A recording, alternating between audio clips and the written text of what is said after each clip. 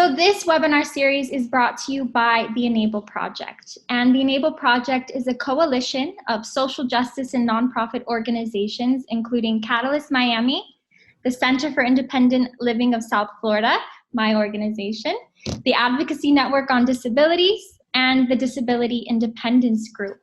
And the mission of this coalition is really to bring together nonprofits and social justice organizations from the community to train their team and their staff on how to create channels for integration for people with disabilities within not only their organizations, but their social movements. This training is really designed to be a map, a roadmap on how to guide organizations to integrate people with disabilities and include people with disabilities in ongoing civic engagement and conversations. This can really help empower people with disabilities to take advantage of their rights and to participate in social justice and political movements and to have their voices heard. Because as a community and overall as a society, we all benefit when everyone is able to participate, contribute, and share their own unique voices. So I want to introduce our fabulous speakers for today. We have the Executive Director of Radical Partners, Joanne, and we also have Deborah Dietz, the Executive Director of Disability Independence Groups. So thank you everyone for joining us today, and ladies, take it away. Hi, this is Debbie. I'm gonna turn my camera off now for the presentation, and when we get to the question part, I'll turn it back on. So enjoy the presentation and I'll see you in a little bit. So once again, my name is Debbie Dietz and I am the founder and executive director of Disability Independence Group, or DIG. We are a disability rights advocacy center in Miami, Florida. Our mission is to expand opportunities. So let me start again. Our mission of our organization is to expand opportunities for participation, education, employment, and acceptance of persons with disabilities through advocacy, litigation, education, and training. Today, I'm going to have two people speak with me. One is Joanne Marie Godoy from Radical Partners.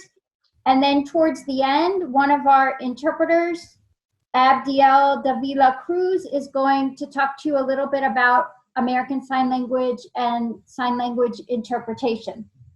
Today is our 5th and final training. I cannot believe that we're at the end of the summer. We're going to discuss how to host an accessible event. We're going to discuss the invitation, the venue, and best practices when you host an event in person. The team from Radical Partners has been able to incorporate these best practices into their programs and events, and I have invited them to speak with me today so that they can tell you that what I'm saying is possible and can be done. The 10 days of connection that they coordinate in May every day has adopted these practices, and we will show you some of what they have done. Abdiel is going to explain more about what ASL interpreters do and how they incorporate into live events. Joanne, do you want to tell us a little bit more about Radical Partners and what your organization does? Yes, I'm happy to. Well, first of all, thank you, Debbie, and all the crew at the Enable Project. It's so nice to be here and see it in fruition, right? Because when I think a year ago, you were all brainstorming about this and making it happen. So I'm not only happy to be here, but honored to be here as one of the organizations that is trying to be better on the accessibility front and trying to implement all the things that you've been teaching us how to do so. So thank you for that. And then for those of you who aren't familiar with Radical Partners, we are a social impact accelerator. And what that means is that we really try to identify the things that are already working in the social impact sector and scale that work so that we can have a region that we're all proud of. And the way we do that is by investing in the leaders who are already doing that work, by engaging the locals and activate them around issues that matter. And one of those would be voting, for example. We know 2020 is a big year, so we want to make sure that all of you who can vote. And the third one is we try to design innovative solutions to solve for those issues that we haven't been able to solve as a human race. So that says a little bit more about what we do. And the 10 Days of Connection, as Debbie was mentioning, is one of the initiatives that we run, not by ourselves, but with hundreds, literally hundreds of partners like the Center for Independent Living, like DIG, like Catalyst, and all of the ones who are here today. Thank you so much. So when we planned these trainings was before COVID. As Joanne said, we've been working on this over a year. So we're doing a presentation today on a topic that you can't do right now because no one is really still planning in-person events. But I see this as like a real opportunity because once we finally start going back in person and doing events in person, we're almost like starting from scratch. So I feel like you can take what we're going to show you today and really redesign your programs through this lens and just start from scratch by looking at accessibility when you go back to programs in person. So I'm hoping that this is actually a really good time to do this, and it gives your organization time to plan, study what I'm telling you today, and really incorporate it into what you do moving forward. And as always, if you have any questions, please put them in the chat, raise your hand, and if we can get to them while I'm presenting, we will, or we'll take breaks periodically and ask if there's any questions.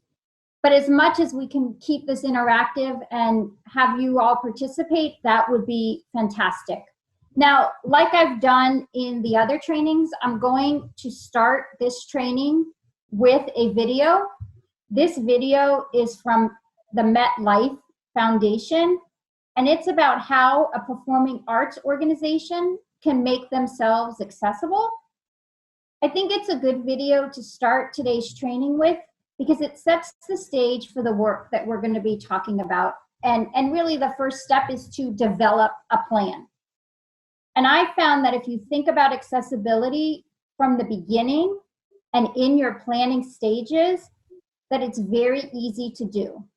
It's much harder to fit accessibility into your program or event after you've planned it.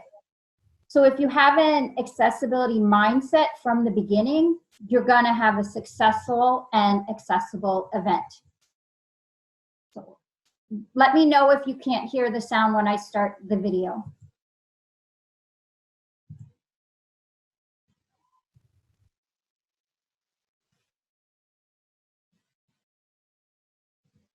I am Jack Allen, partner with LCM Architects. I think one of the most important things for a performing arts organization to do is to develop a perspective and to understand and to plan for the incorporation of whatever is necessary, and to develop that plan and to reach out to the disability community, to the disabled community, to understand what their needs are in that planning, and then to implement the plan.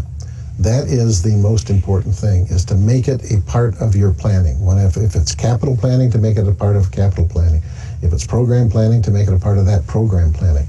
To understand that people with disabilities are part of society, that disability is a normal human condition. My name is Celia Hughes, and I'm the Executive Director of VSA Texas, which is the state organization on arts and disability. Another thing that you really need to take into consideration when you are starting an accessibility program is do not do it without people with disabilities at the table with you as partners. The first thing you need to try to do is put together an advisory council or just some people that you can sit down and talk with and ask them to talk with you a little bit about what your needs are.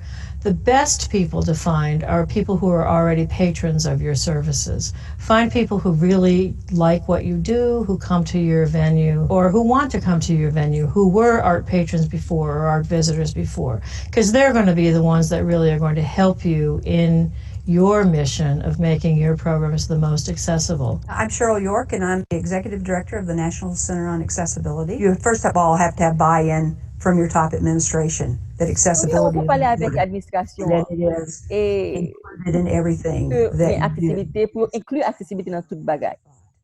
Then I think it's important that you have a person or a committee of persons that are ensuring that accessibility is not overlooked as you are doing new activities, adding new programs, perhaps adding new facilities. And then there's the process of evaluating where are your barriers. We do that by evaluating how do we do our programs, what are our policies and procedures, and to evaluate your physical facilities, then you need to go around and look at the standards that are available and actually do measurements of those standards or of those facilities based on those standards to see what you're meeting and what you're not meeting. But you also need to look at it based on disability. You don't want to just remove all the barriers for people who are physically disabled and ignore people who have sensory disabilities. When you figure out where your barriers are through that process, then you need to create a document, a plan for how those barriers are going to be removed. Prioritize them, and then set dates to those and begin your barrier removal. If I were a newcomer to accessibility in a venue, my job was to make my venue and make my programs accessible. I would reach out to everyone around the country who's been doing this for a while, because you're not alone. Go to the professional organizations and go to the people who have been doing this and ask their advice.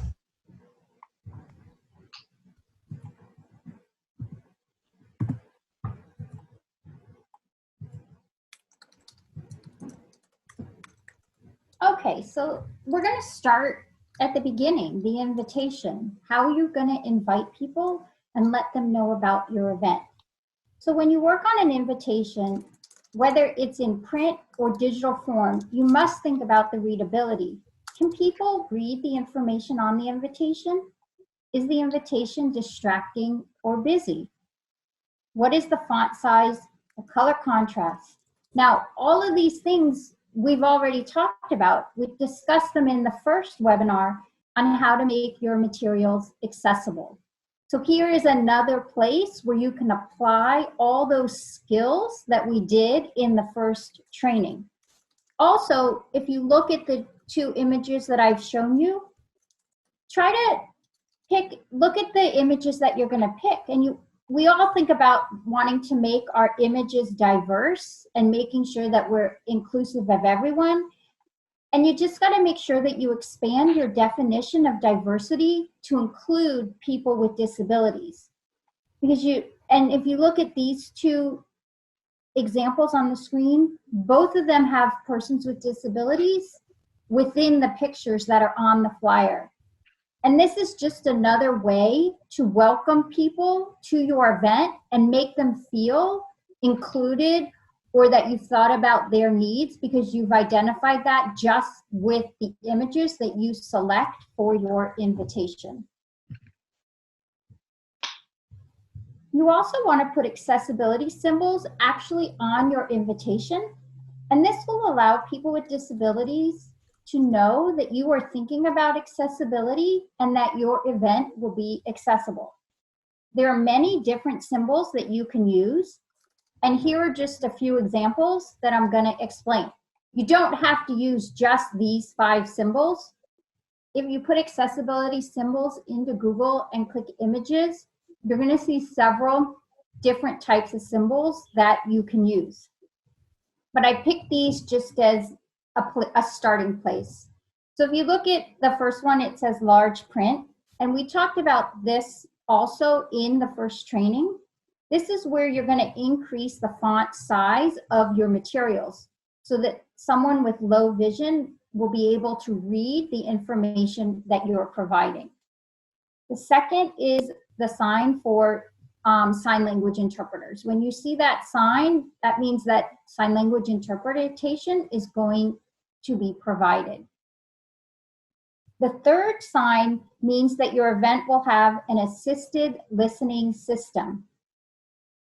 This could include infrared, loop, or an FM system.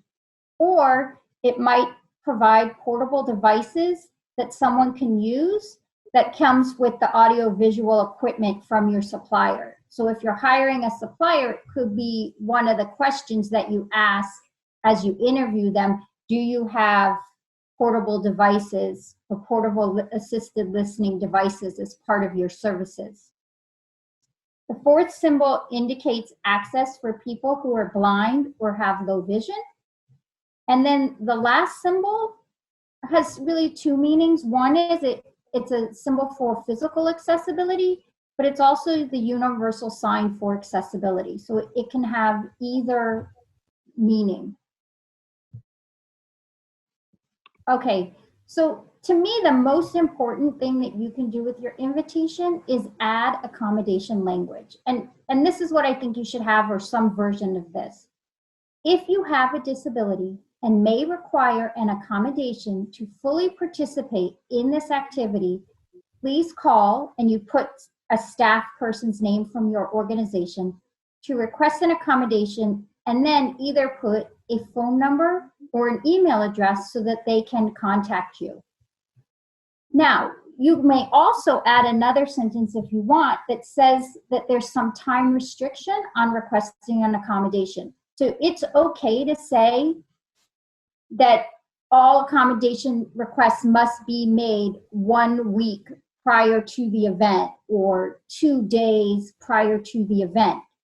There's nothing wrong with stating that you need time to get or contract with an accommodation that's needed. But if you do, you should put that on this language so people know and don't have this expectation that they can ask as they walk in the door for a sign language interpreter, which is really hard to get without notice or planning. But to have this language on every piece of information, every flyer that goes out for any event that you're hosting will really make a difference in getting people with disabilities to attend your events and participate in your projects. This also applies to digital invitations. And we talked about digital materials once again during the first training. So remember, if you do a digital invitation, make sure that you add alt tag or alt text to any image that you have, so that if a screen reader is reading that document, it will pick up the images that you've put on your materials. And just to refresh your memory, I did a screenshot of what this looks like in a Word document.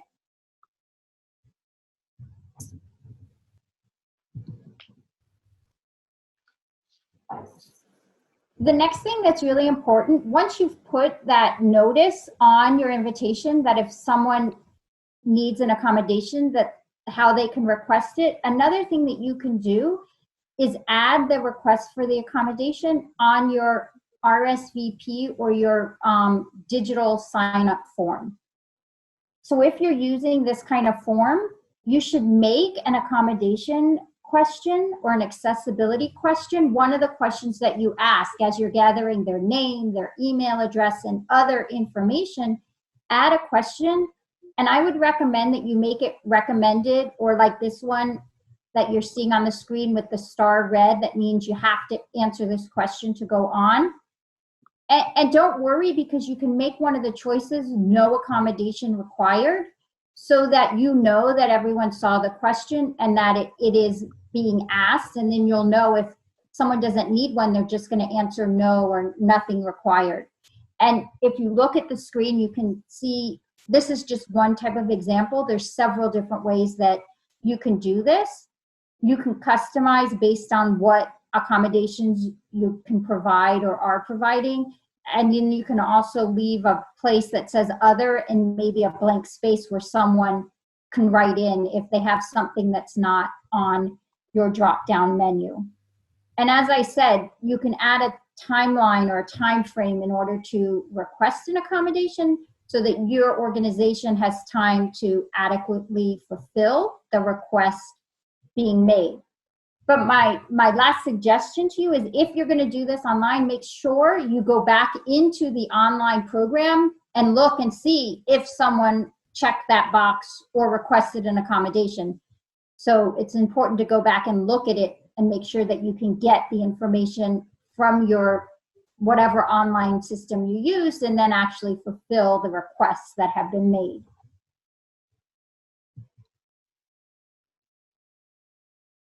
Here are some examples of requests that people might need in advance or things that you might do.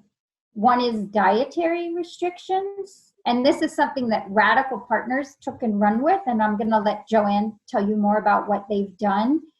It could also be requesting for interpretation services or assisted listening devices, requests for an accessible parking spot or accessible seating, an open text area asking about other accommodations, meaning an other and a blank spot for them to write in a request. And sometimes you might want to ask pronouns if you're making name tags, and so that you're getting what someone needs or how they want to be identified correctly. So Joanne, I'm going to let you chime in and tell everybody what Radical Partners has done about this. Awesome. Thank you again for passing the mic, Debbie. So you actually made me think when you asked me to be here today. So I identified 5 things that we did differently because of you all. Some of the things you invited us to do, and some of the things you pushed us to do. And the reason why I say that is because when we are running nonprofit organizations, many of us are either spread thin on time or on resources. And that sometimes serves as an obstacle or as an excuse for us to not be entirely accessible. So hopefully I will give some examples that will make you all reflect on how you're hosting events and virtual events nowadays, and push you as well to do and have that learner spirit as we go. So the first thing we did, and it's very similar to what you were talking about now, Debbie, it was using the accommodations language. I always share, Debbie, that you told us it's okay if you cannot provide all the accommodations, but you have to say that. And as Allison was saying at the beginning, we want everybody to feel comfortable and actually invited to attend to any event with no excuses. So even though we say we do not have a certain accommodation, that helps the person and the participants that want to attend to get ready for it. So that was our big change, being explicit on the language piece. And I'll talk about 2 things there in particular, because for the 10 days of connection, when we added the language, the first piece we did was adding the language for the hosts. So whomever was registering to host an event, I won't use the word force, but the word encourage them to be explicit about what accommodations they were able to provide and which ones they weren't, or which ones they were willing to provide if they were asked for. So we were very detailed on all of those accommodations. So we had dietary restrictions, mobility details, adding a host at the door that could welcome and accommodate whomever was coming, even sense of smell, everything you could think about, we had it there. And the options were the ones I was telling you about. Yes, I'm able to provide that. 2, I can provide it if I'm asked to do that. 3, I don't have the capacity to do so. And 4, if they weren't, or if they were, there was always a contact person, so that whomever wanted to attend the event could reach out to them and ask questions, right? Like, how is this going to be about? Is it going to be moving and dancing involved? Are there going to be documents that I should be reading in advance? So that was on the host side. And if you think about it, once the hosts were filling out the forms, we were making them think about the things that they're already doing. So be proud of the things that they were already doing. And also make them think of the things that they haven't been doing or that they haven't even been thinking about. So that was an interesting exercise, and definitely necessary. And from the guest side, the guests, when they wanted to register to attend, they could register in English and Spanish. Some of the events were in Haitian Creole, and they were able to see the accommodations that were going to be available. And then, as I said earlier, if not, or if it wasn't clear if the accommodation they needed was going to be provided, they had a contact information there that they could reach out to ask about it. So I'll conclude on that front, because it was Debbie who told me, like, almost 3 years ago now, what we want is for everybody to be able to learn about the event and attend the event independently. So the explicitness of the language definitely facilitates that, and that is sadly the first barrier that many of you and many others face. So they don't even think of attending these events because of all the barriers, the physical or structural barriers that they might face. So that's solved for that in a way. The second thing we did is that we then provided tools and resources for the hosts to be ready to welcome everybody at their events. So many of these we didn't create, of course, because we aren't the experts in the topic. So the Disability Independence Group helped us a lot, Catalyst Miami as well, and the Center for Independent Living.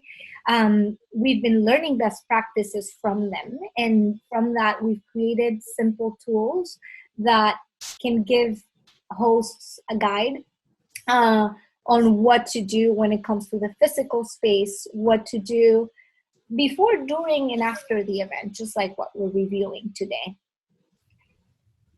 The third piece, which I think is more and more important as we progress, is making our content on social media accessible as well.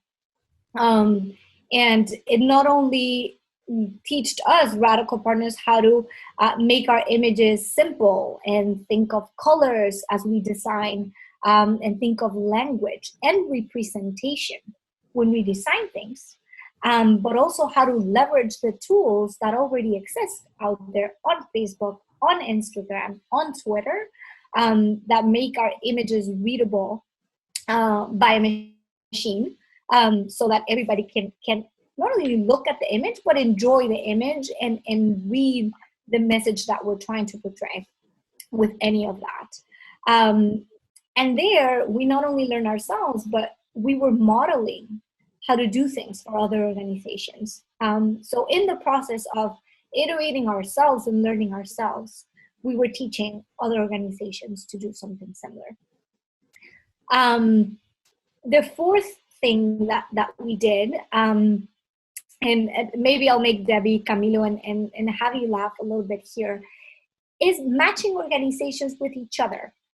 There's something magical about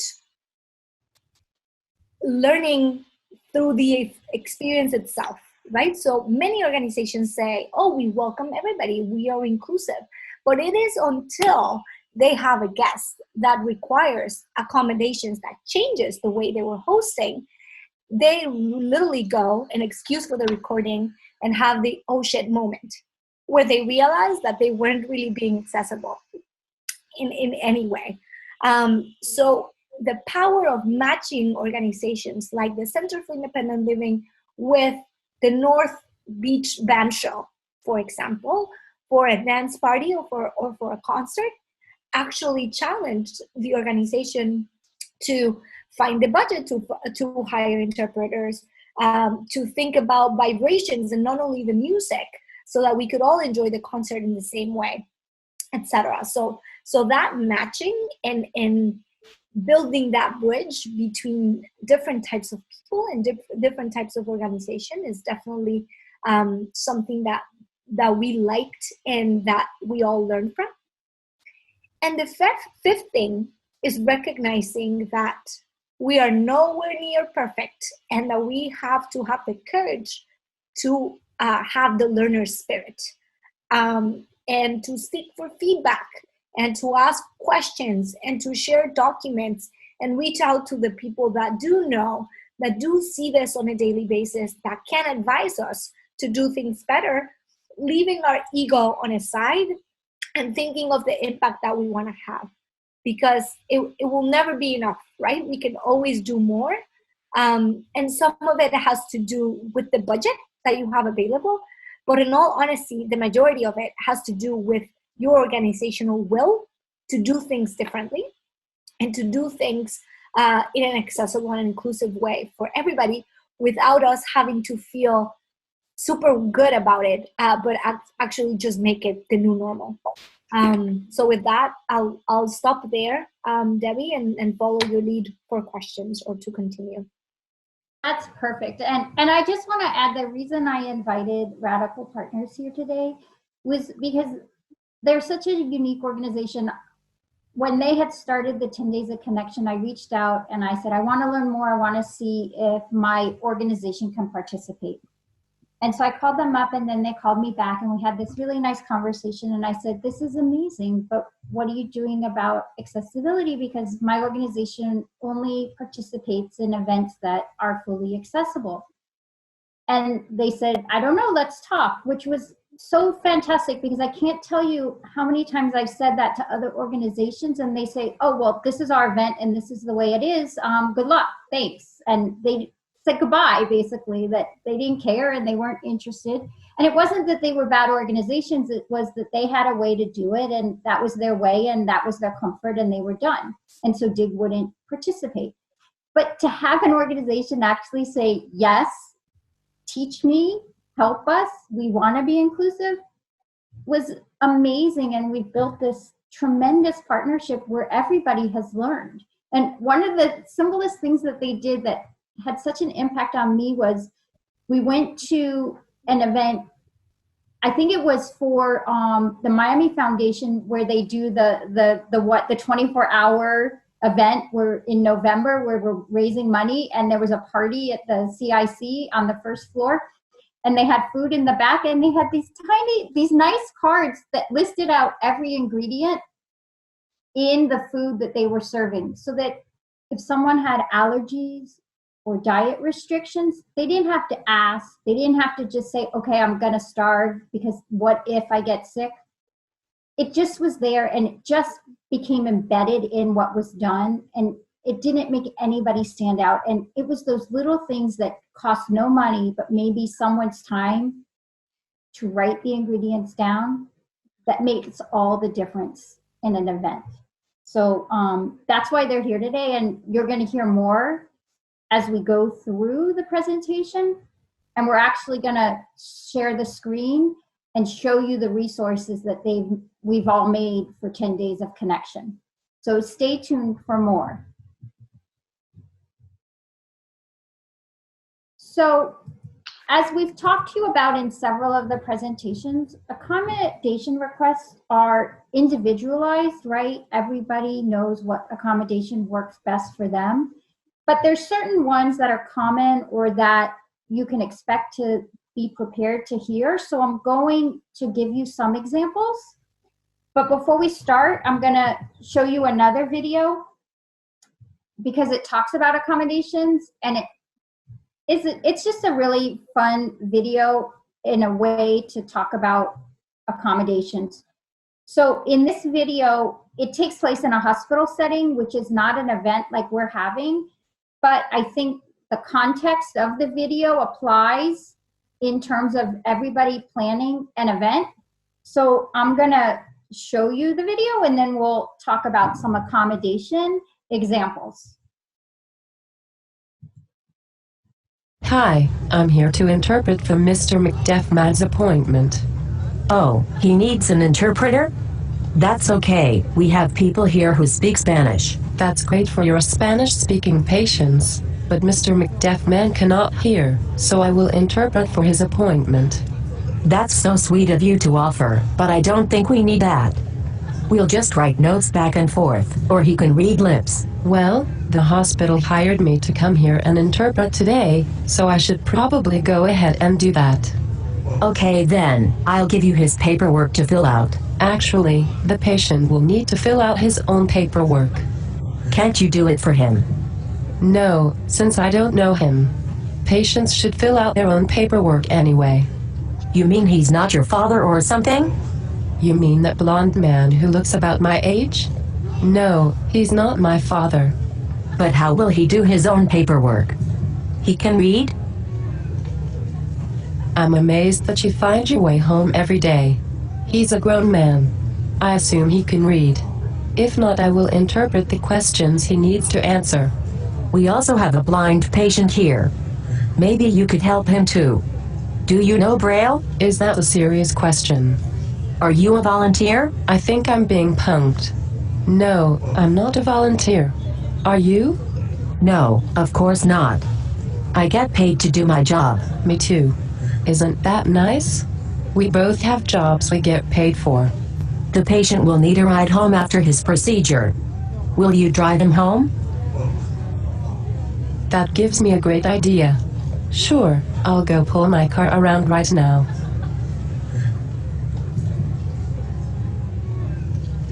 Okay, so they're using humor to show the person did not know what they were talking about. And this was from a hospital setting because it's hard sometimes for people to get interpreters in the hospital. But as I said, I wanted to show it to you because I think it makes the point of accommodations and why they're important and making sure that you have the right accommodation for the right situation.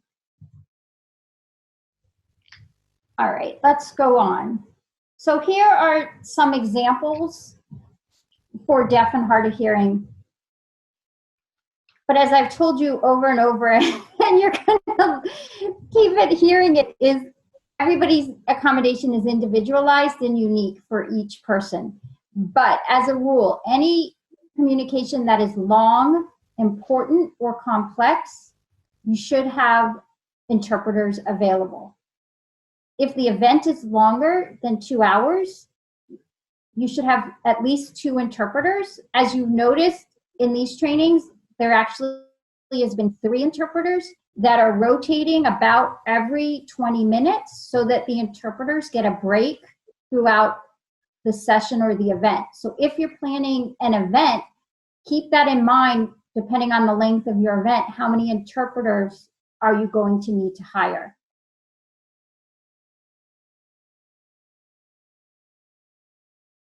It's also really important that your interpreters be certified. And what that means is that the interpreter has taken a national test, and this test includes a written component, an interview, and a performance test.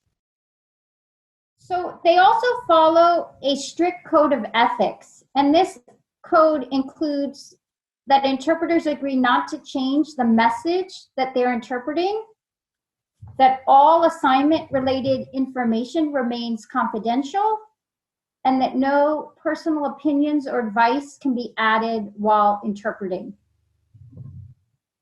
If possible, it helps if the interpreters can get the information in advance. This allows them time to prepare and review everything so that the interpretation is seamless the day of your event. Also, interpreters should be placed in a place at your event where they can be seen at the same light of sign as the speaker. And we're going to talk more about this when we start looking at pictures of how to set up an accessible event. Here's some examples for people that are visually impaired. The person should be, you should have someone that can welcome a person, help them find their seat, and answer any questions they have about the orientation of the room or how the room is set up. If a buffet is provided, you should offer assistance if you want it to go through the line, or tell them what is there and how to get the food. And remember, we saw this in one of the videos that we showed where a lady was at a restaurant and the waiter said, "How can I help you?" And she said, "Well, would you please read the menu for me?" So it's just to be aware. Also, if you know that your audience has people that might not be able to see your presentation, a lot of times what speakers do is they will explain the slides or explain themselves. So like I might say for this slide that there's a yellow background and then there's words on it. Or if there was an image on the slide, before I explain the slide, I'd say on this slide, there's a picture at the bottom right that shows and describe everything with words before I started speaking about the slide. Also, if you can provide materials in advance in an electronic format, that might help as an accommodation request. Hi, Debbie. We have a question and a comment in the chat box. Absolutely. Let's hear it. So this question is from Mark, and he says, I requested accommodation for a webinar and was informed that they would not be accommodating my request. While I responded as a self-advocate, it would be great to know what else I can do. That's a good question, Mark, and I don't know all of the details. The questions that I would say is, was it last minute? Was there enough time for the request to be made? I think it would, I don't know enough details, but yeah, it's hard. And I don't know why they didn't. I guess what you should do, what I would recommend that you would do in that situation in the future is ask in writing for them to say why they're denying your request. Now, if we go back to our Disability 101 training and the ADA, depending on who the organization, the size of the organization, they might not technically or legally have to provide you with the accommodation. So there's lots of things that we can look at as to why that might have happened, and if there's anything you could do. There might not be. So it would depend, we'd have to know a lot and really look into detail on that. But my first suggestion would be to ask more information, or maybe speak to a supervisor, to not fight with them, but just to understand why. Maybe they misunderstood what you asked, or maybe there's a way to resolve it. Debbie, if I may add there, I'm trying to put myself in the feet of the organization that denied Mark with this accommodation. So I agree with you that asking why is important, because sometimes, I would say, unfortunately, sometimes it will be lack of will, right? So if the host is in the United States, I think there are a lot of rights that you can exercise, and go and use the legal methods to denounce on that, right? And to flag that is happening. But I have to confess that there are some other organizations that don't know how to do it, Mark. So if when you ask why, they say, oh, we don't have the budget for it, or we don't know how to do it, I know this is putting a lot on you, but maybe you can teach them, right? Like if what you needed were subtitles, you can say, actually, there's this free app that you can use in order to accommodate the webinar for me and others that might use it. Or if they don't have the resources or don't know how to access them, for you to have a certain amount of resources or links to organizations that can help with that, right? And the Center for Independent Living could be that organization. If what you need is an ASL interpreter, maybe they don't know that they can rely on CILSF for that or how much it costs. So you could be that bridge between their ignorance, and I don't mean it in a bad way, or their lack of resources, so that they are enlightened, if you want to see it that way, and find a feasible way to accommodate for you, which I think leaves room for people that have the will, just don't have the knowledge to do so, and then for you to use the legal implications when it's the other way around. You're absolutely right, Joanne. This is Javi from the Center for Independent Living. Allison and I, are constantly educating our community leaders and organizations across South Florida. It's just educating them and providing them with the resources that could be a solution. So if you do run, into that hurdle, come to us, because we're constantly trying to educate our community on accommodations, reasonable accommodations, and like you say, Joanne, it's basically just educating them, letting them know what is reasonable accommodation. So thank you for that.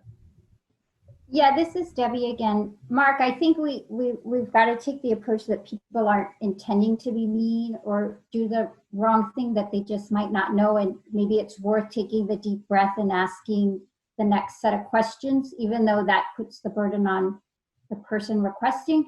But if the goal is to get to that event that you want to see, it might be worth it to take that approach first, as to educate and help versus just criticize. Would be, so I think we're all in agreement on what we're saying, but that would be our advice to start.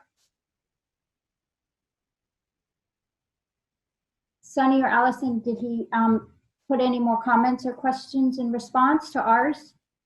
Not at this time, Debbie. Okay, so we're gonna go on, but that's a great question, Mark. So the last type of accommodation that we're gonna talk about, are the service or assistance animals. Now, in Disability 101, our intern Max spoke, this was his section that he worked on. But if you know that someone is bringing a dog, and you're at an event, if you have a place where the dog can relieve itself, or a dog walking area, or identify that as you're preparing your event, that's helpful. And as best practices go, you don't want to ask them, is it really necessary? What's your disability? Just like we talked about in Disability 101, you do not want to start asking questions or asking for proof about the dog or the person's disability. Okay, so let's continue, and I'm gonna try to talk slower because the interpreters keep telling me that I speed up as I get going. So I will try to be respectful of that, and I apologize. Now we've talked about the invitation, we've talked about accommodations. I want to talk about the program or the work that you're going to be doing and what you should look for as you're planning your program. So as you're starting to plan your program, try to look at it through the lens of accessibility. And the three things I'm going to focus on, the first one, how much time are you leaving for your breaks? Like, we just had a 5-minute break. Is that enough time for accessibility? It depends on the event and what you're expecting or allowing people to do during that break. Here's an example. Is there enough time for a person with a disability to get from one meeting room to the next? How far do they have to travel? Do they have to take elevators? Will they have time to go from room to room and use the restroom? Or are they going to have to pick? Do I just rush to the room? Or do I go to the bathroom, but then I come in late and interrupt the next training? So think through that. And you can actually even try to walk it. How long does it actually take to get from one room to another, especially if you're doing an all-day event with breakout sessions, and time it. How long did it actually take for that elevator to come? Was it filled? Could everyone get in? And then that would help you plan how long your breaks really need to be. The next thing, dignified access. What is that? What does it mean? This means making sure that people with disabilities can access a premises in a way that is equitable for everyone. You don't want to have an event where people without disabilities walk in the front door, but then you see a disability sign and an arrow that points you to go around the back of the building, and it ends up that people that need an accessible entrance go through an alley next to a garbage dump, to the kitchen entrance, rolling through the kitchen, coming in the side door, and have to go through that entire process just to get in the front door like everyone else. Those are the things that you should look at as you're planning this event, and to make sure that, and that goes with if someone had to come in late because they had to go to the bathroom and get to the new room. Think about dignified access and what that means.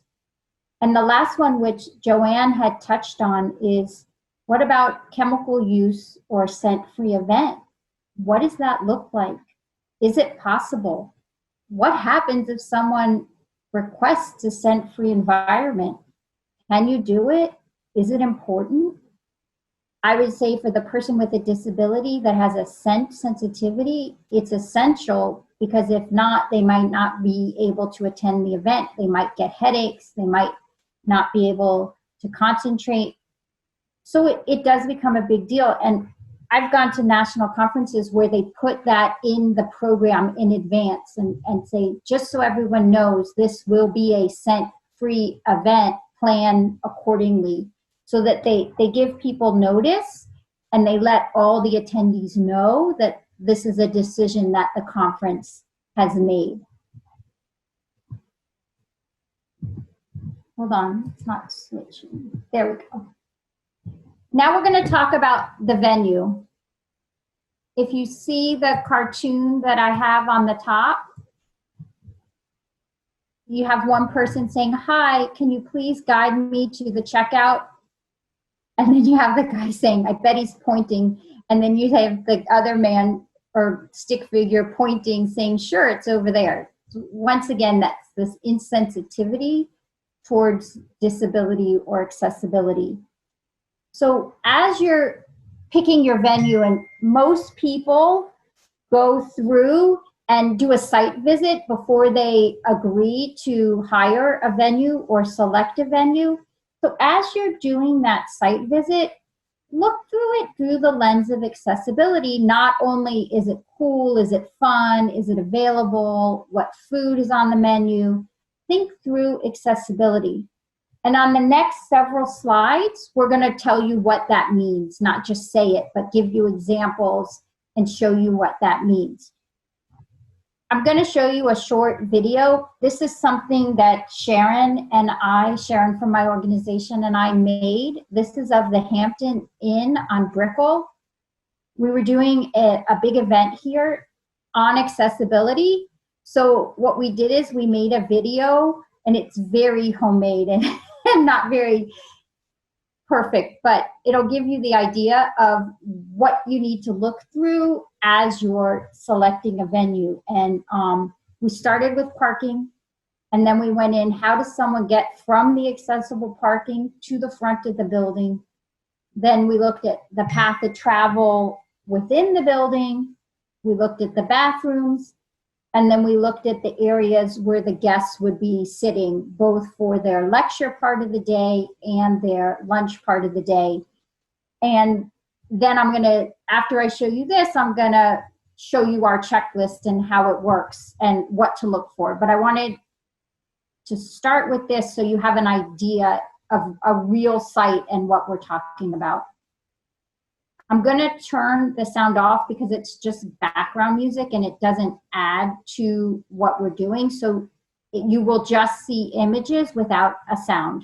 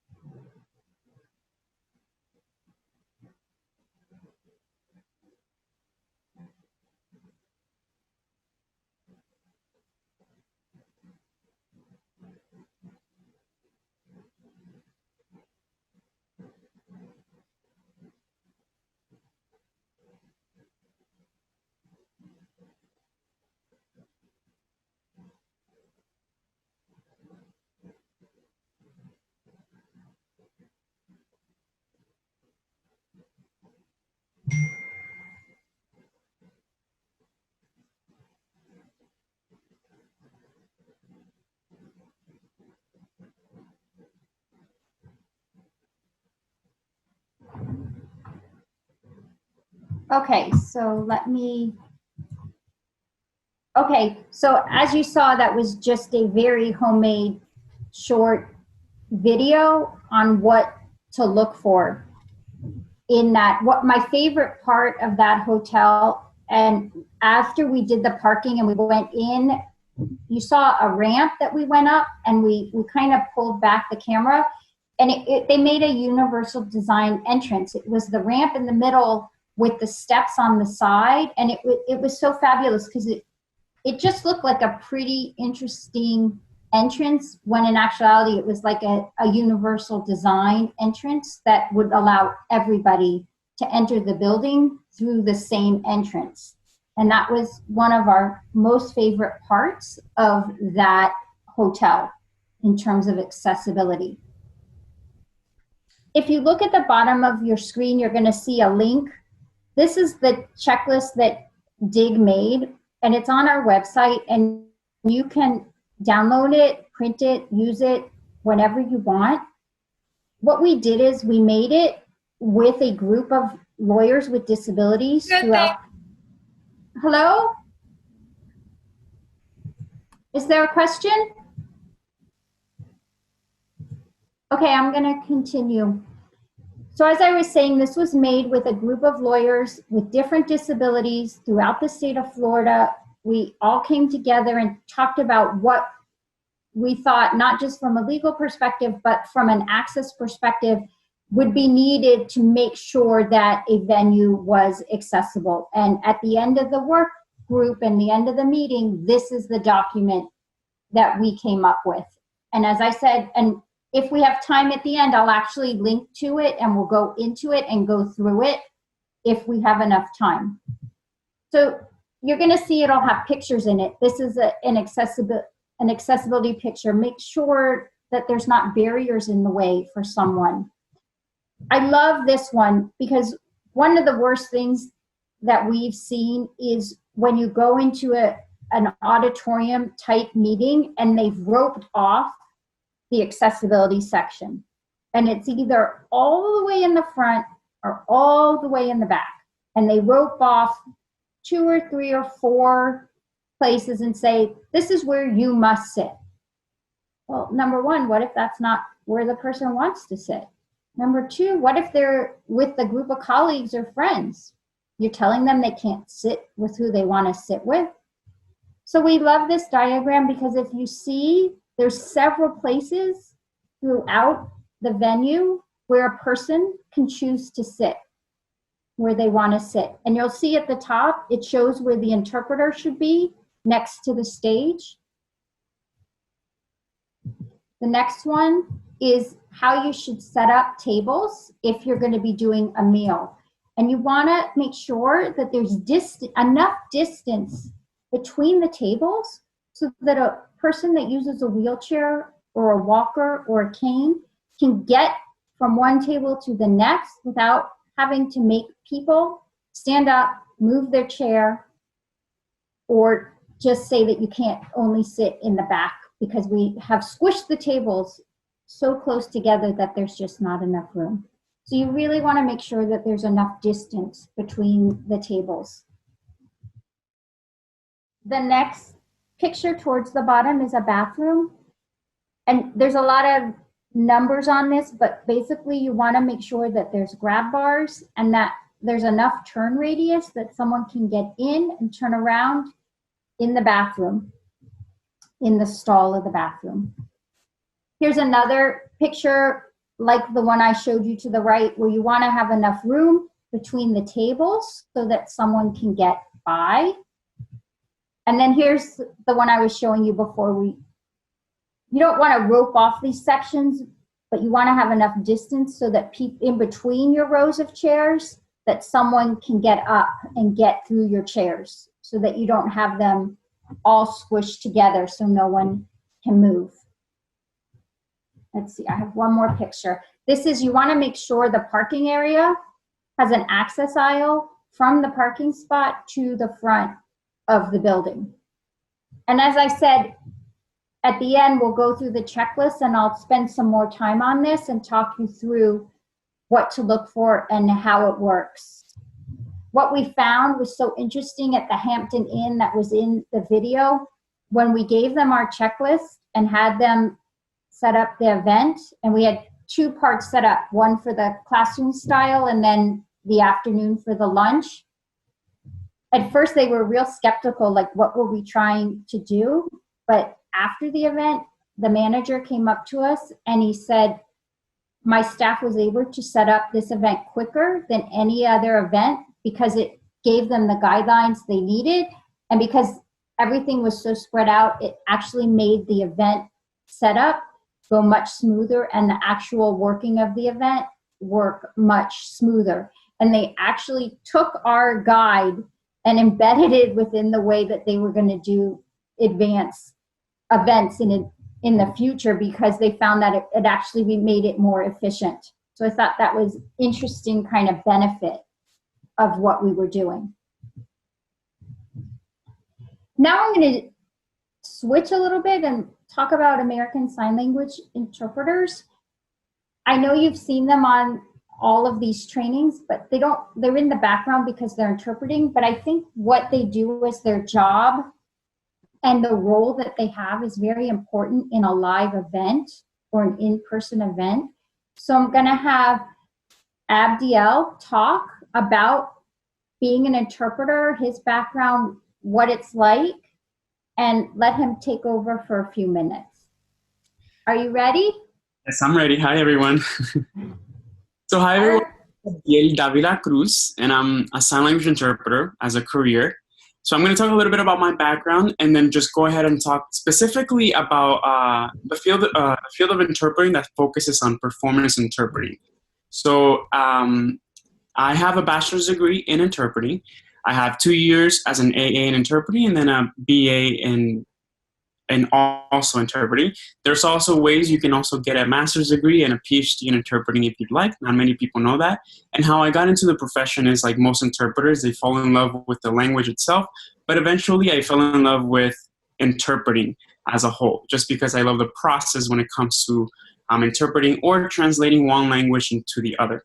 So because we'll be showing a video of an interpreter interpreting a live event, a concert specifically, I'm going to talk a little bit more about how we as interpreters prepare for those performances. Because unlike many people, they believe there's a misconception. They just kind of pick them up from the crowd and they just say, oh yes, I know sign language. I'm going to interpret this whole event.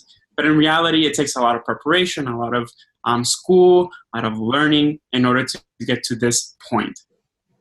So yes, there are all different kinds of live events. There is concerts, there is theaters where they do plays or musicals. There are shows, for example, a TED Talk or a comedy show. They're all different kinds of interpreting, and they all require different ways to prepare for the event. Now, I first want to make the distinction between translation and interpreting because most shows do require both of them. So people interchange both translation and interpretation, but the reality of it is that they're both very different.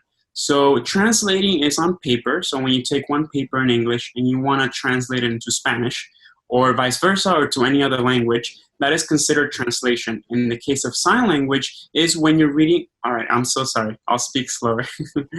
Now, in the case of translation for sign language, then you will have a paper that is in English, and then you will translate it into sign language. Now, when it comes to interpreting, that is something that happens live. So it happens either consecutively, which means that the speaker will talk for a couple minutes, they'll pause, and then the other person will interpret, or simultaneously, where the speaker and the interpreter will be talking at the same time. For sign language interpreting, most of it is interpreting because it is happening live, but translating does happen when it comes to theater or performance interpreting because you have to prepare for it. So for example, for something like a concert that you will see in a moment, there's usually 2 interpreters for one artist. The artist will have around 26 songs, and the interpreters will split half. So either we'll be interpreting from 8 to 12 songs each. When it comes to preparation for a concert, my process usually is I listen to all the songs that I have picked that we have split between both interpreters. And I will listen to these songs on 24/7. I will not even translate anything. I will just simply listen to the music. Afterwards, after I become comfortable with the music, I will sit down and start analyzing all the lyrics. And this is not just analyzing the song, but analyzing who the artist is, where they come from, and what state of mind were they when they wrote the song, and really analyzing the language within the song. After I get a good sense of what it means, then I start translating and coming up with ways where I can find an American Sign Language equivalent to the English.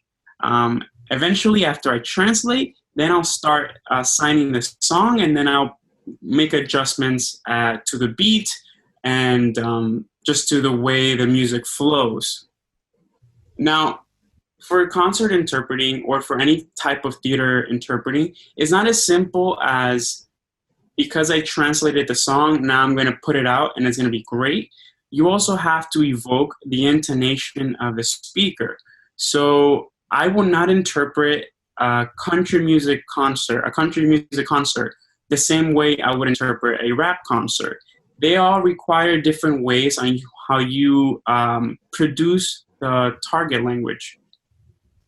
So you have to make sure that you match the speaker, you match their intonation in order to really produce a beautiful target language.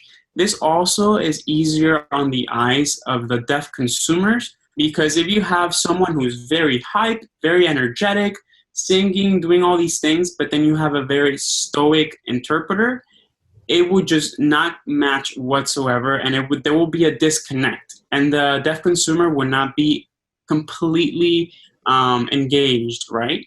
So we have to come up, if the artist is very energetic, we also have to become very energetic. However, we have to be careful not to overperform. You know, there's a fine line where you are interpreting what is happening, the essence of it, as opposed to making your own show in your own little corner. So there's a fine balance in that. There's also another kind of interpreting that is much more extent, and that's, for example, if we're interpreting a Broadway show, some type of musical show, because a concert there's only songs and very, very little dialogue, it doesn't require as much preparation as for a Broadway show, which not only you're interpreting songs, but you're also interpreting dialogue in between. So this preparation includes various meetings with your team. There might be 2, 3, or 4 interpreters. You will be going to rehearsals to understand how the show is being portrayed, how the director's choices, the blocking from actors. There's sometimes you do work with an ASL specialist. So some places do provide an ASL specialist, which is usually a deaf person, a deaf ASL master. And what that means is a deaf person whose first language is American Sign Language. They have a better command of the language, and they work in tandem with the interpreters to translate the whole musical or play. And you prepare for weeks and months at a time before you go up there and you interpret the show. It can be quite difficult sometimes. I love translating, so not every interpreter is a good translator, and not every translator is a good interpreter. They require both very different skill set. I love translating, and I can give you one example of how it can, I guess, show its own challenges. So I remember interpreting a musical, and at one part, the son's father had passed away. I was a father, so I passed away, right? I had died. But then later on in the play, the son hears his father's voice, so the audience, all they hear is a voice through the speakers. They don't see the father. But they can clearly tell that the father is speaking to the son in his head. So me, as a sign language interpreter, our language is visual, so you have to see the person to be able to understand them. So we were thinking, how do we show that I have passed away without without me coming up and telling them, hey, I'm father, remember me, I died, but he's speaking over the intercom, blah, blah, blah. Instead of doing all that and not having that as a distraction, what we did instead, the son will put his hands behind his back and I will put my hands through the son. So it would be as if I was kind of like signing in his head. I don't know if you guys can kind of picture what that might look like, but that's what kind of came about from that. And so there's a bunch of quirks and things that you can do in order to make sure that you have an American Sign Language equivalent to the English.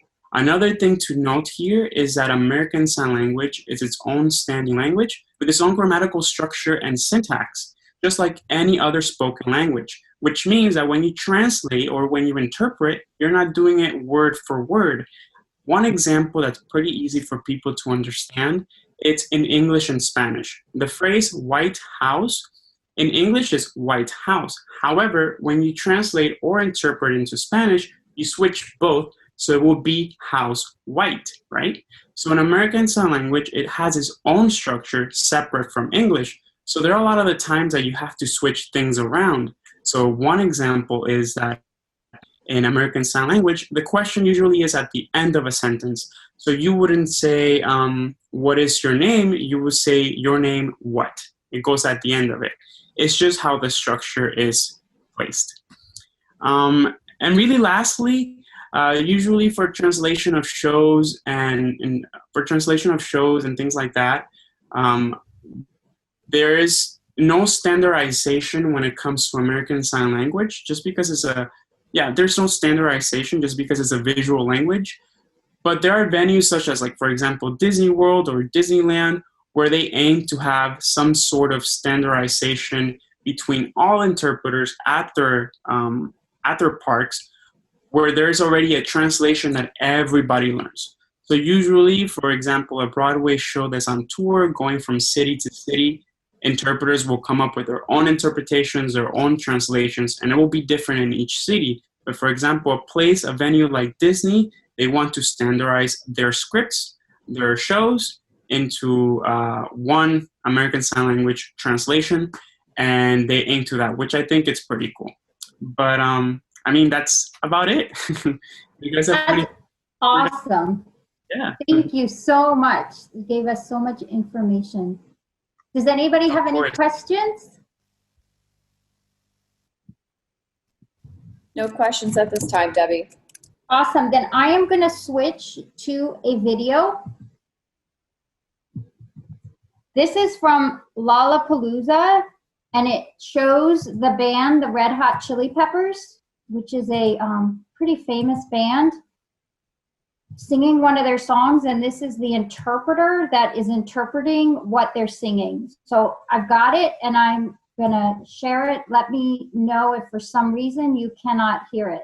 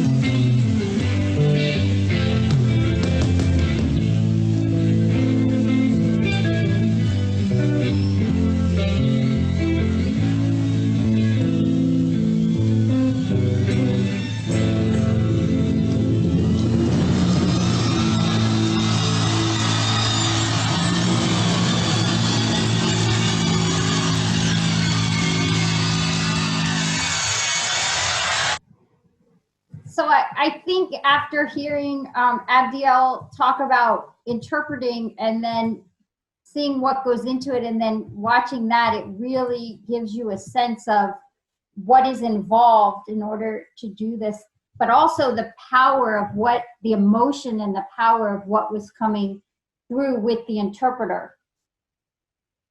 So now I want to switch back to the 10 Days of Connection that we were talking about earlier. In late 2016, leaders from 6 Miami organizations got together because they heard that there was a need for stronger relationships, deeper understanding, and widespread kindness with increased empathy. And they got together and created the 10 Days of Connection. And the organizations were MCCJ, the Miami Herald, the Children's Trust, the Miami Foundation, and the United Way in partnership with Radical Partners. Now I'm going to turn it back over to Joanne to tell you more about it, and then we can link into some of the accessibility tools and toolkits that they've created. So as Debbie was saying, the 10 Days of Connection is, we like to say, an initiative that has been co-built by the community. So we like to be the conveners, but the reality is then almost 200 organizations over the period of 10 days host connection experiences for us to get to know people that we are not really familiar with, that we don't really acquaintance that often, or in all honesty, that we don't like. So they host interfaith breakfasts, they host conversations around foster care, Zoom conversations, Facebook Live dialogues, with the idea that once you get to know someone, it's almost impossible to hate them. So our mission with this initiative is to combat hate and fight discrimination as much as we can by shifting people's mental models, by the fact of engaging with others and getting to know others. So under that umbrella, all the organizations are co-hosting this initiative, co-host the 10 Days of Connection with us as well.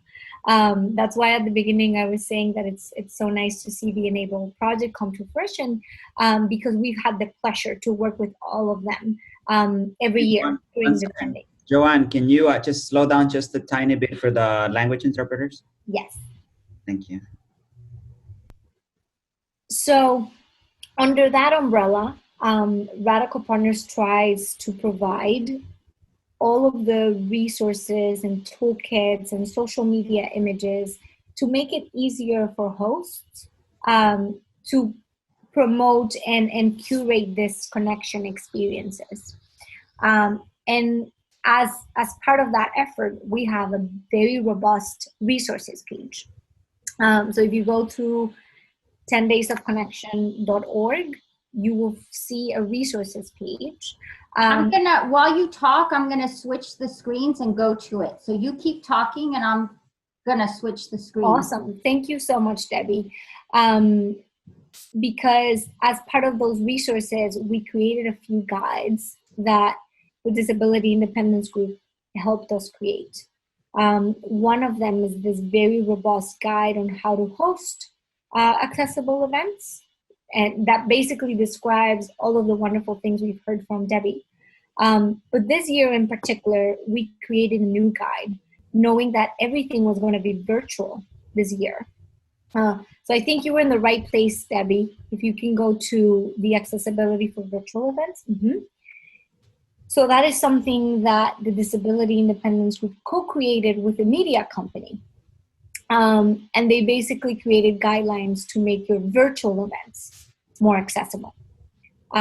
So they talk all the way from the design, how to make it ADA compliant, if you're hosting on Zoom, how to use captions, how to use interpretation as we are using today.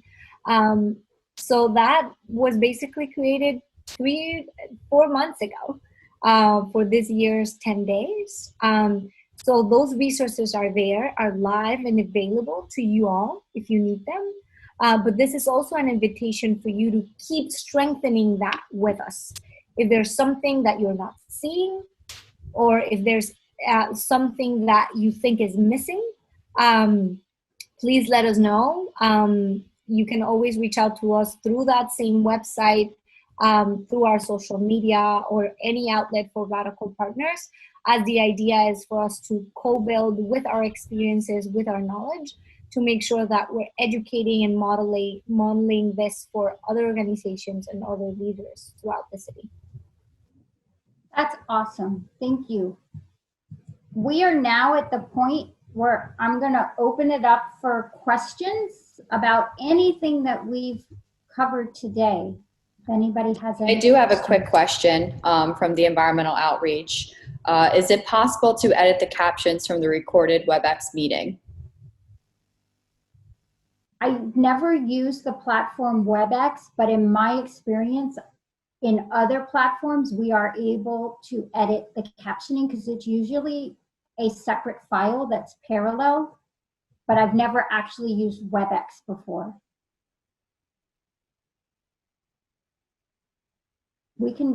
Does anybody from the CIL have any thoughts on that?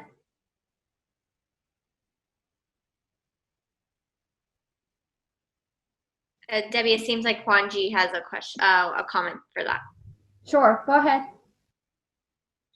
Thank you. So, yeah, there's a few options where for the captioning, for example, they have YouTube that you can pull up the video and then transfer it to WebEx, and then you can just there add the captions themselves from YouTube. So that is an option. Or there's an app called, so the app is called Adding Captions, and it's just like a video there, and then it just allows you to add captions to that. That's just another, I mean, there's two options for that, or YouTube, which you can use either both to fix the captions. Yeah, and there's also companies that you can send them a video, and within about 24 hours, they'll caption it for you, and they give it to you in a separate, they call it an SRT file, and then it runs parallel to your video so people can turn it on and off. Are there other questions? Debbie, this is Allison. Earlier, I had received a question from Mark directly, and he was asking if it mattered if the host of a webinar was outside of Miami in order to coordinate an American Sign Language interpreter through CILSF's interpreting services.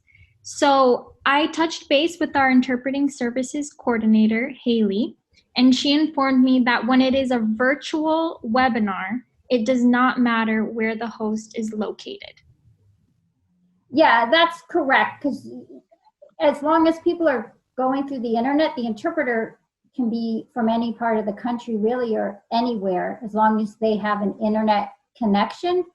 Yes. So a lot of times, like we've used interpreters from CIL Jacksonville and events in Miami and vice versa. So yes, that's not a limitation once you're going virtual. Exactly. So we just wanted to, Mark thought it would be a great idea to share it with all attendees, just so everybody knows that when it's virtual, it doesn't matter where the host is. And I'm also going to drop a link. And this is a request for an ASL interpreter from CILSF's website. So if any attendees know of an organization that's hosting an event and they are in need of any ASL interpreters, they can go to this link. And I just put it in the chat box. So now everybody has access to that. And Allison, how many days in advance would they need to request the interpreter from your organization? The standard is 2 weeks. Okay, so that's important information for people to know as they're planning.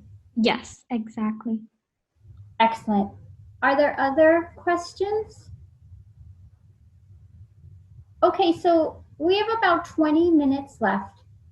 And because this is the last webinar, we want to circle back to what the other 4 organizations do and let them reintroduce themselves and say hi.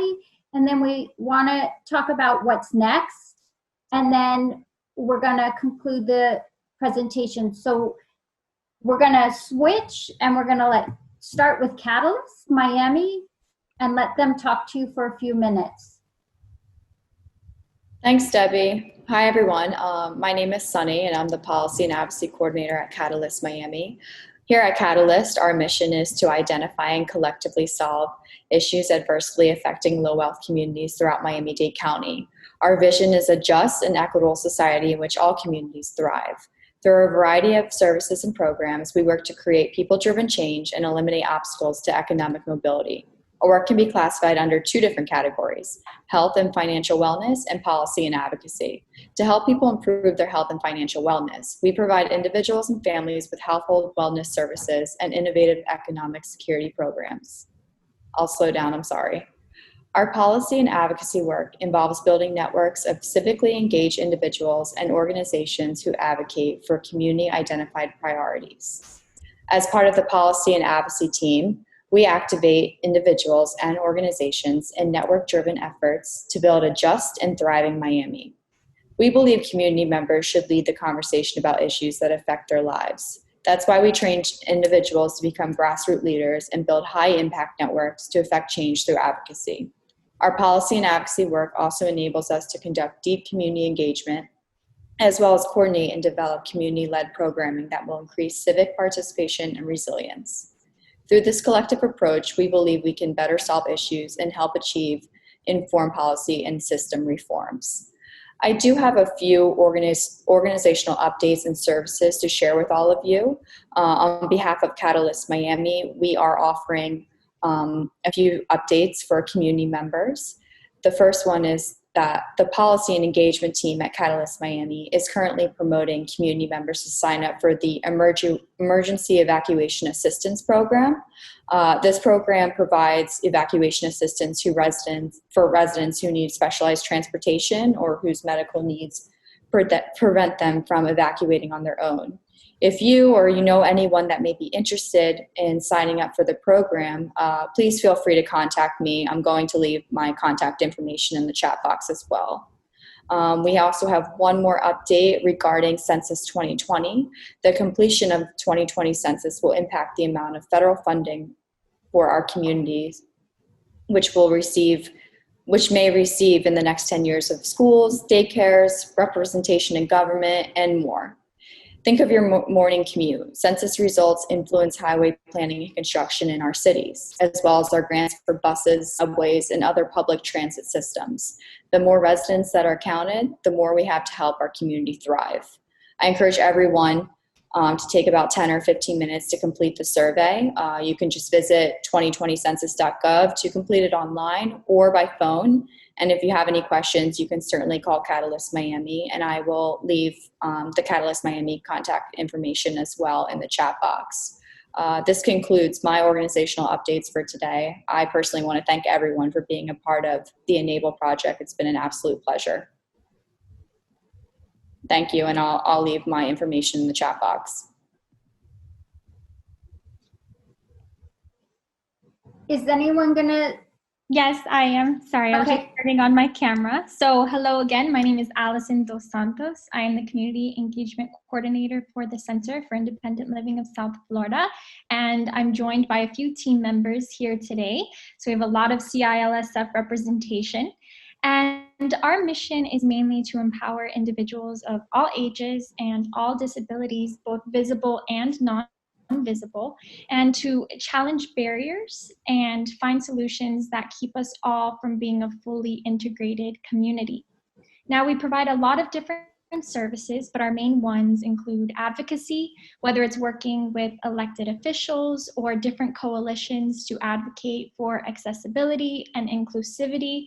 A great example is accessibility in voting. We're a part of Access the Vote Florida, which is a coalition that has a lot of organizations that are actually present here today and advocating for accessibility in voting in Florida. Another service that we provide is information and referral. So if anybody comes to us with a question or a need that needs to get met, we have a lot of knowledge of local service providers and agencies that can help get that need met. We're never going to turn anybody away. So if we don't provide the service, we're going to do that research and do that work to try and find the best solutions for that individual. Another service that we provide is peer support. So over 50% of our team are actually people with disabilities. So we get it. We really know what the challenges are and how to find those solutions and provide that extra support to our clients. We provide independent living skills training, whether it's basic computer skills, we recently did a training on Zoom. So some basic skills, how to get on Zoom, how to navigate that. We also provide, if you want to create a social media page, for example, it could be any goal that an individual has to become more independent. We're going to help them reach that goal no matter what it may be. We also provide support in transitions. So if it's a young person who's graduating high school and they're transitioning into the workforce or higher education, our youth program can help provide support to those individuals.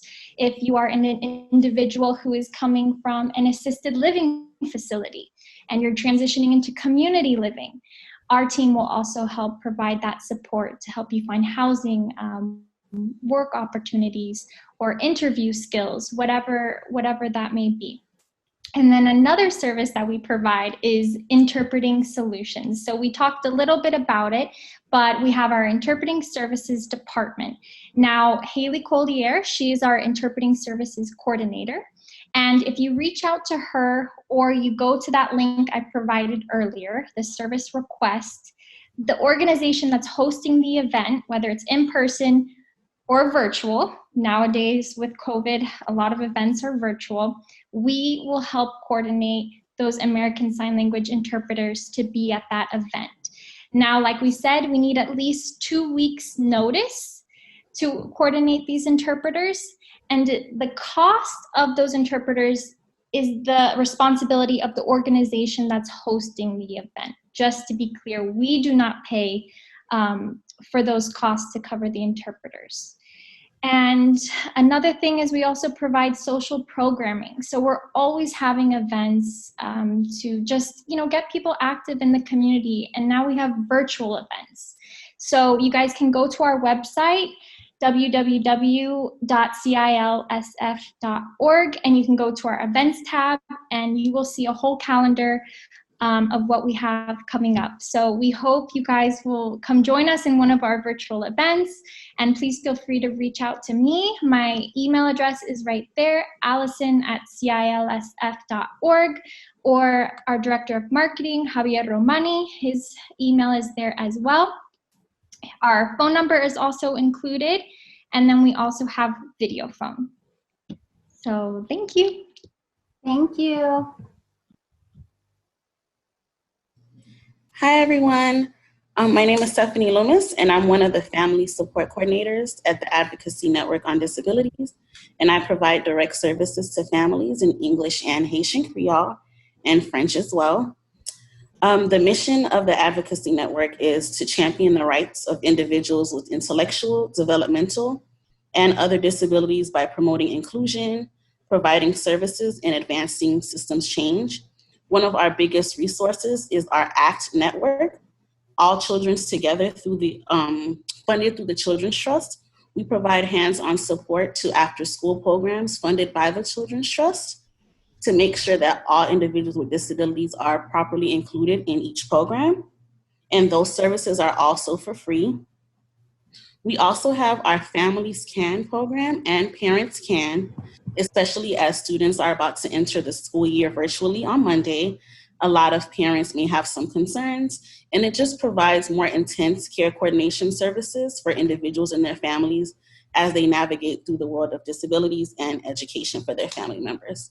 Once again, thank you all for participating. This has been an amazing workshop. This has been amazing. So thank you so much. Thank you so much. So as you know, Disability Independence Group, you've heard us talking. I just wanted to tell you about our next Supper Social Club. It will be virtual. It'll be on September 14th, Monday night at 6:30 p.m. And our topic will be voting, getting everybody ready for the election. So you're welcome to join us whether you have a disability or not. We call it a neurodiverse event. So everyone is welcome. I've put all of the links to each of the slides from each of the 5 presentations. You'll see the first 3 are here, and the second 2 are here. So you will be able to have access to all of what we've talked about all summer, all of the links, videos, the content will all be available for you to download, look at, and use. We're now going to tell you what's next for the Enable project and the Venture Cafe series. Yes, so while this webinar series, this is our final episode, this is not over. So we're going to invite Eileen. She is the Programs and Partnerships Manager of Venture Cafe, and she's going to tell us what's next for the Enable project.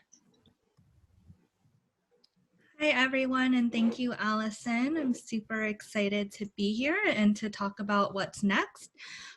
So Venture Cafe Miami, we are a nonprofit organization. We've been in Miami for the past 4 years, and I see several people on this Zoom who have been program partners with us in the past, and some who are not. So I'm excited to get to know more of you and to collaborate with those who are on the call even more. We're a nonprofit organization that is really dedicated to helping to build a more inclusive, accessible, diverse, and equitable innovation ecosystem here in Miami and Greater South Florida that's not just better connected locally, but also better connected globally. We're part of a global venture cafe network that spans, I believe, 4 continents now and 10 different cities, 5 in the US and 5 that are outside of the US. And so we are extremely excited to be partnering with the Enable project for the next few months. We actually got a Miami Foundation community grant in order to put on this series in which we'll be doing more trainings in terms of helping to make organizations and their programming more accessible, but also to harp on kind of Venture Cafe's strength, which is really connecting people, connecting organizations that are across different sectors and different industries, and seeing how they can, you know, collaborate and work together in terms of making our communities more accessible. And so we will be launching that in mid to late September. We're finalizing the calendar now, and we'll hope to get that to you in the next week or so. But we're really excited. We've hosted several workshops and happy hours and social events with the Enable project in the past when we were in person.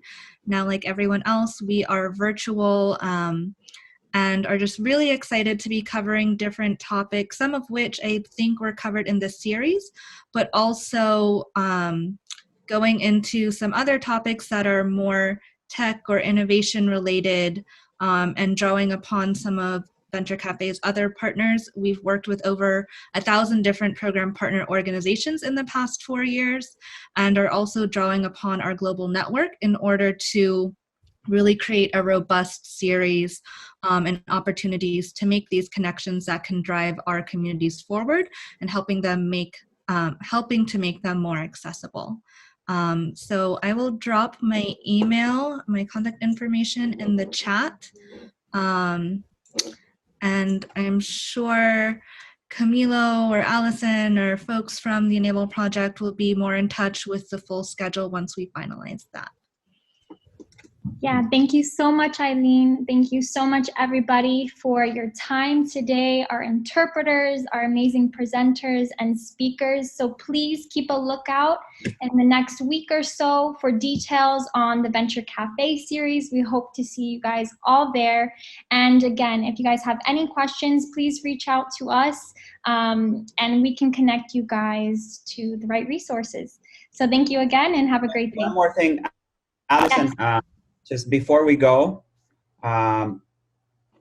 we are still going to reach out to you about a certificate for having taken the series. Unfortunately, we lost the first recording of the series, but we still have 4, and we have all the presentations.